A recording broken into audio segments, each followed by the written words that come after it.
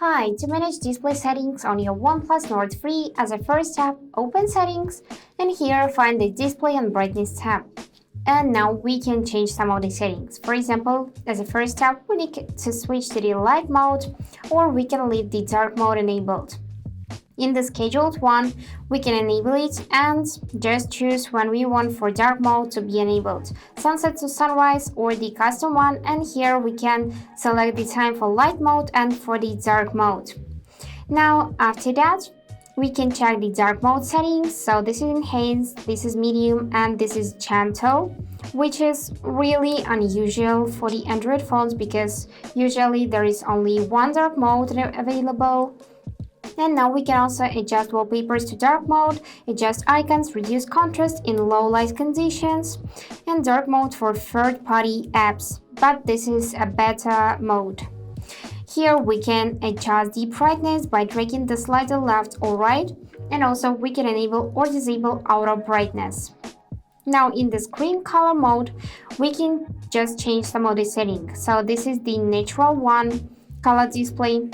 This is the vivid for a vibrant color, and that is Pro mode, cinematic and brilliant. And also you can change the screen color temperature. Just drag the slider left to make it cooler or right to make it warmer. Now after that, we can go in the eye comfort, and here we can enable this feature. So the screen will become more warm, as you can see. Or we can go in the schedule and set a schedule for this mode. So here you can check time to turn on, and here you can choose time to turn off. Also, you can switch to the black and white option, and here select the screen color temperature. Now after that, let's go in the font, and here we can change the font size and its style. So we have three styles here: Roboto, One Sense, OnePlus Sense. In One Sense, we can also change the font weight and enable or disable adaptive font weight. To change the font size, simply drag the slider right or left like that, and select the button to apply the changes.